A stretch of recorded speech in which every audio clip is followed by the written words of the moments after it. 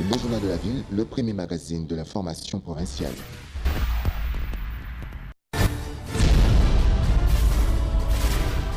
Tout de suite, le journal.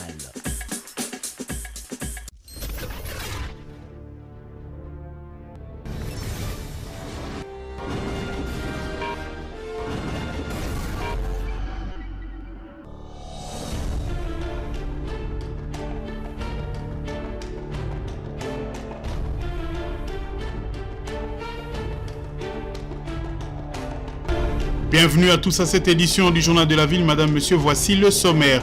Le ministre provincial des Finances, Guy-Matondo Kingolo, était devant les députés provinciaux pour sa réplique. L'auteur de la motion s'est dit insatisfait de la réponse du ministre et l'Assemblée provinciale de Kinshasa a décidé de transformer cette interpellation en motion de défiance et une mise en accusation contre Guy-Matondo.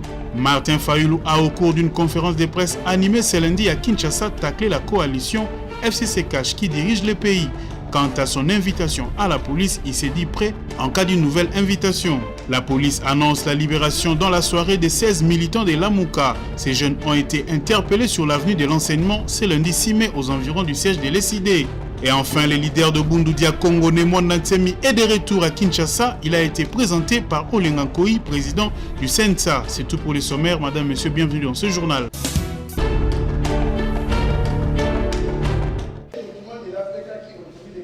Réplique ce lundi 6 mai du ministre provincial de Finances Guy-Matondo Kingolo devant la représentation quinoise. Il répondait à l'interpellation initiée par Didier Tengelito, élu de Kitambo. Après avoir présenté ses moyens de défense, Guy-Matondo n'a pas su convaincre l'auteur de la motion qui s'est décidé malheureusement de la transformer en une motion de défiance. Que j'ai suivi Monsieur le ministre des Finances dans sa réponse. Dans mon exposé, j'avais bien souligné que mes questions étaient claires et que j'attendais des réponses aussi claires et précises. Après avoir entendu Monsieur le ministre des Finances qui est resté, à mon humble avis, évasif, avec des réponses floues et superficielles, je constate qu'il n'a pas rencontré mes préoccupations. Pour sa part, le président de cette chambre délibérante, Godin Poi, revient sur les 3 préoccupations majeures de cette interpellation. L'interpellation avait 3 préoccupations majeures. 1. Les Syriens métro. 2. L'hypothèque des recettes de la ville. 3. Les dysfonctionnements des services. Après avoir suivi les moyens de défense présentés par les ministres, il me semble que les faits se sont cristallisés. Et à ce sujet, je voulais rappeler aux uns et aux autres que nous ne devons jamais confondre la loi budgétaire et l'autorisation préalable. En dehors de la motion de défiance, la plénière a aussi décidé de la mise en accusation de Guy-Matondo. En tenir compte.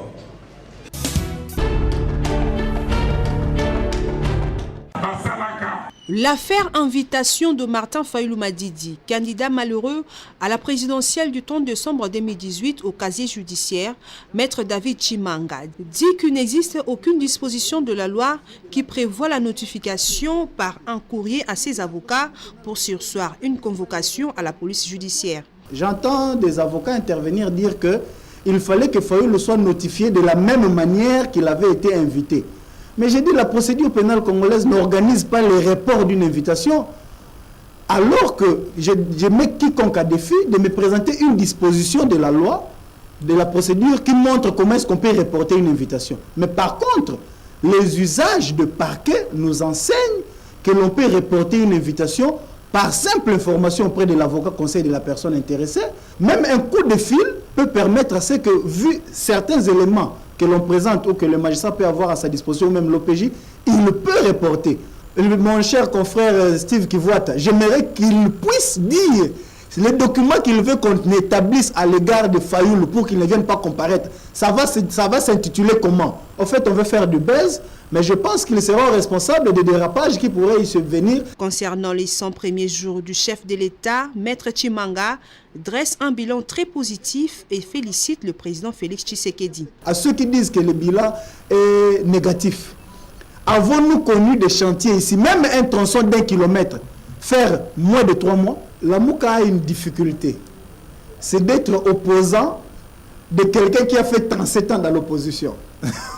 C'est ça la réelle difficulté de la Mouka. Nous avons vu des chantiers qui ont commencé et qui sont arrivés à leur terme en 90 jours. Et il y a même ceux qui sont presque à terme. Moi, je dis que ce bilan est largement positif. Et ce n'est pas seulement sur la ville de Kinshasa. Nous avons vu des inaugurations de ponts à l'intérieur du pays. Nous avons vu des chantiers à l'intérieur, dans les fins fonds. Nous avons vu où c'était impraticable. Aujourd'hui, c'est praticable. Et félicitations au président de la République.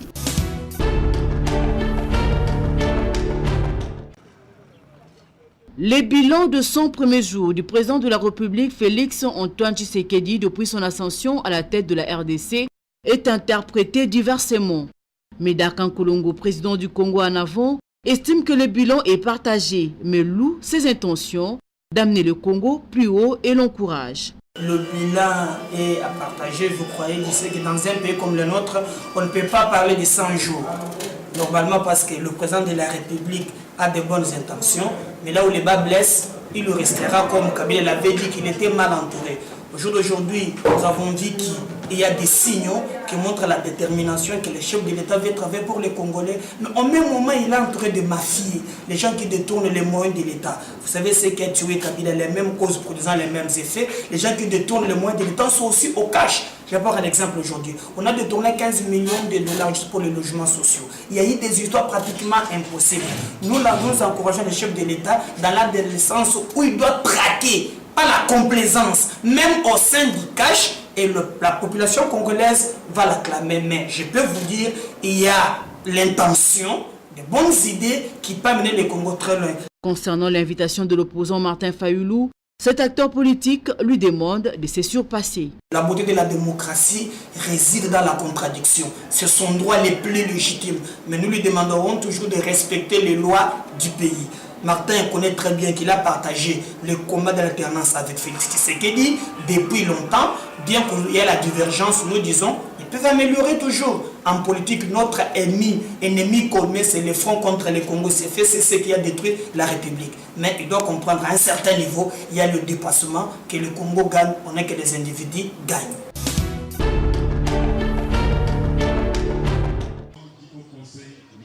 Le jeunes du Front de Libération Nationale du Congo, FNLC, ont visité le dimanche 5 avril les présidents nationaux Kapen Eli Kanimbu de l'IT au siège national et international du FNLC dans la commune de Mongafula, juste pour saluer les mérites et les sacrifices de leurs leaders dans une déclaration lue par le ministre de la Jeunesse du parti. Notre présence au siège national et international d'FNLC Baruni, c'est juste pour saluer avec enthousiasme notre président.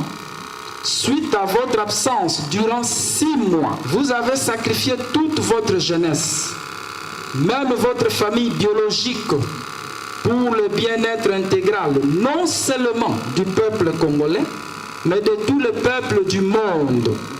C'est pourquoi nous réitérons notre soutien indéfectible à la conférence nationale souveraine. Cette jeunesse du FNLC, par la voix de Maviti Jean-Claude, s'est dite prête à amener la joie au pays. Nous voici devant vous pour nous utiliser. Excellence, ne vous souciez pas pour les biens matériels ni financiers, car animés du courage et de la détermination, nous allons nous en charger. Nous sommes prêts d'aller.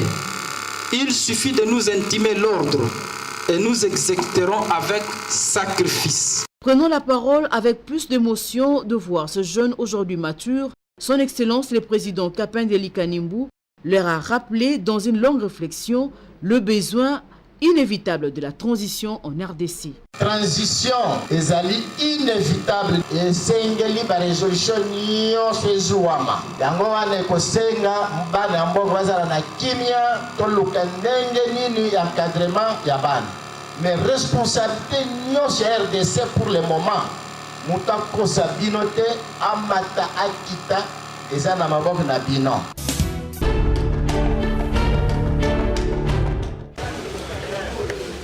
L'Association des ingénieurs du Congo, anciens de l'Institut supérieur des techniques appliquées ISTA, a organisé le vendredi 3 mai une soirée en l'honneur de leur collègue Freddy Lukasu, élevé par le chef de l'État au rang de conseiller spécial en charge de télécommunications et technologies. Dans leurs mots de circonstance, les ingénieurs ont exprimé leur profonde gratitude au président de la République pour avoir puisé à l'ISTA et trouvé la matière grise avant de saluer tout le comité de gestion. Nous tenons à remercier le chef de l'État pour son dévolu sur l'un des nôtres. Au nom du comité d'organisation de cette soirée, si haute en couleur et merveilleusement décorée par votre présence, nous tenons à remercier chacun de vous ici et surtout les collègues qui viennent d'être élevés au rang de conseiller du chef de l'État. Freddy Lukasu, lui, s'est dit très honoré pour cette soirée en son honneur avant de leur demander de se mettre ensemble. Pourquoi pas travailler pour la création de l'ordre des ingénieurs, pour la défense de leur métier porteur de l'industrialisation. C'est un honneur fait aux ingénieurs et je m'efforcerai toujours d'être digne de cette élévation. Je lance aujourd'hui un appel solennel à ce que nous puissions nous mettre ensemble pour créer l'ordre, si ça n'est pas l'ordre des ingénieurs.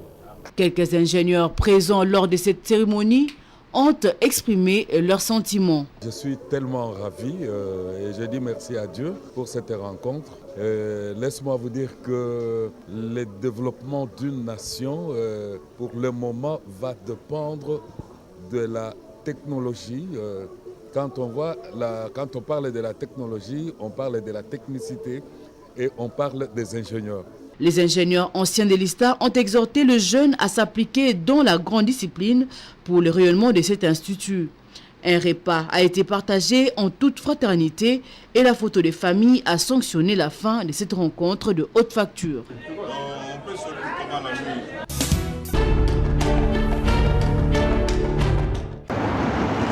La Fédération des ingénieurs géomètres topographes en République démocratique du Congo a organisé une marche des santé le samedi 5 mai à Kinshasa avec pour point de départ la 11e rue Limete en passant par le boulevard Lumumba via boulevard Sendwe, Pont Kabi, puis le boulevard Triomphal pour chuter à l'esplanade du Palais du Peuple. Pour le président de la FIGT, Ben Mouene-Loata, l'objectif c'est de soutenir la création de l'ordre des ingénieurs géomètres topographes. Aujourd'hui, vous pouvez parler d'une culture de travail, mais il faut que les acteurs de ce travail se mettent ensemble à chaque fois.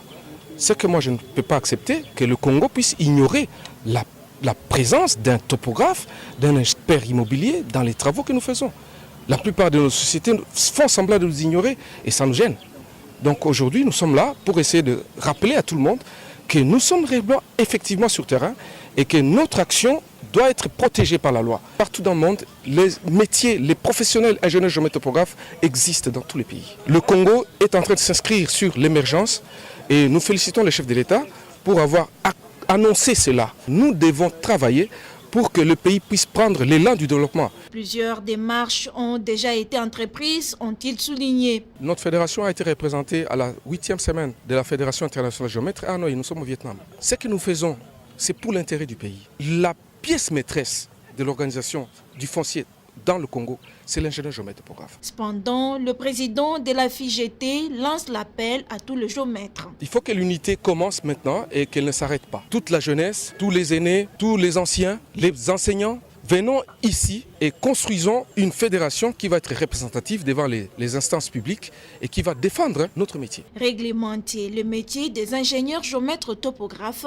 c'est développer les pays.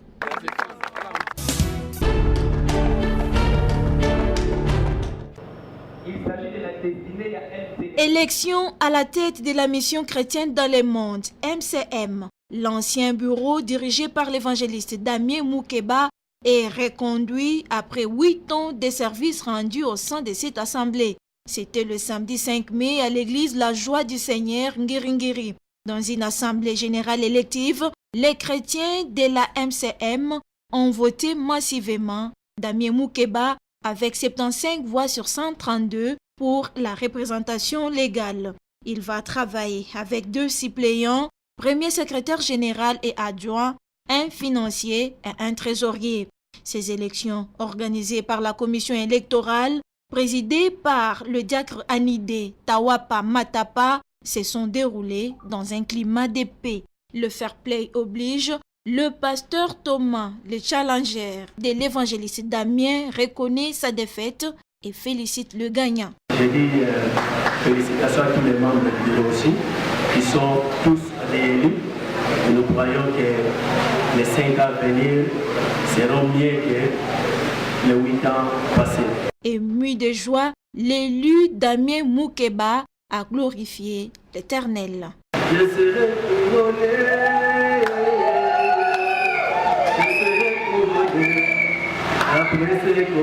Ma réélection, pour moi, c'est la responsabilité, comme j'ai dit, c'est que le Seigneur a investi en moi quelque chose et je me sens redevable vis-à-vis de lui. Mon action ira dans le sens du social pour que notre communauté trouve aussi sa place dans le concert des églises. Les chrétiens de la MCM et le sage de l'église se sont déterrés de la tenue de ces élections. Nous sommes là comme le père de l'église pour pouvoir les soutenir et que le peuple de Dieu qui se retrouve dans cette communauté dise aussi Amen, d'avoir reçu de très bonnes choses de la part de Dieu. C'est par un moment de joie et de prière que tout s'est clôturé.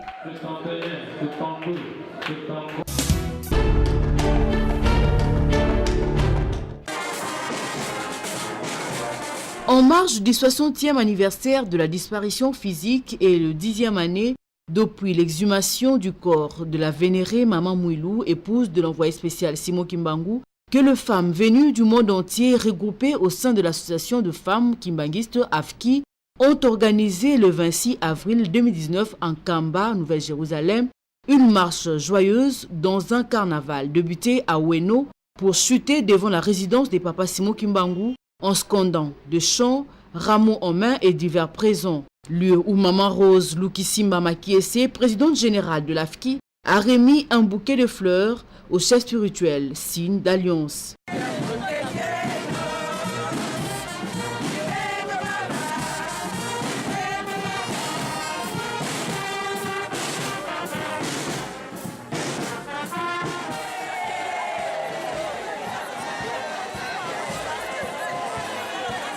C'est dans une atmosphère de joie immense que la présidente générale de l'AFKI a manifesté ses sentiments.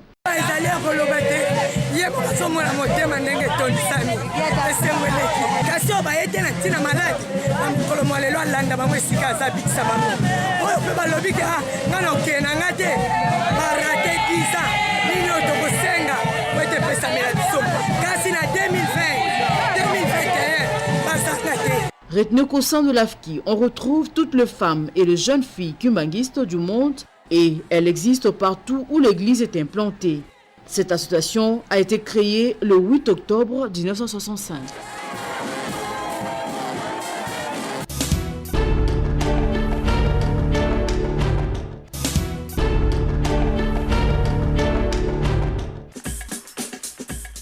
Ainsi s'achève cette édition du Journal de la Ville. La rédaction vous remercie donc de l'avoir suivi.